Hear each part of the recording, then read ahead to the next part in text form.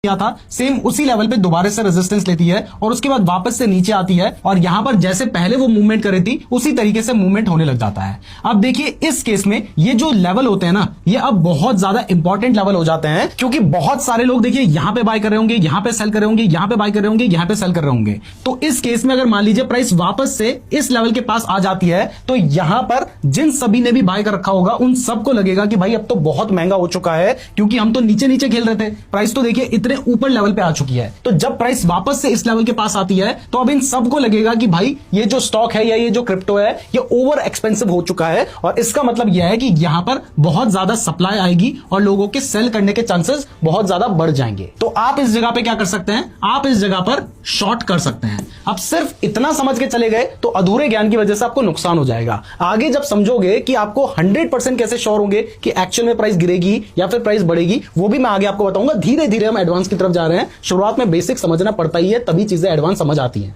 इसका उल्टा अब देखिए कई बार ऐसा होता है, आपने देखा कि प्राइस नीचे की तरफ आई है, फिर थोड़ा घूमी है, फिर ये लेवल पे आई है, तो यहां पर आप देख सकते हैं कि ये जो लेवल होगा एक बहुत स्ट्रॉन्ग सपोर्ट लेवल होगा। ज्यादा स्ट्रॉन्ग सपोर्ट लेवल होने का मतलब यह है कि इनके ब्रेक होने के चांसेस कम है। तो अगर इनके ब्रेक होने के चांसेस कम है तो इसका मतलब है कि आप ज्यादा कॉन्फिडेंट हो सकते हो कि यहां पर मुझे बाय करना है। अब चलिए इसके बाद हम समझते हैं कि हायर टाइम फ्रेम की क्या इंपॉर्टेंस होती है।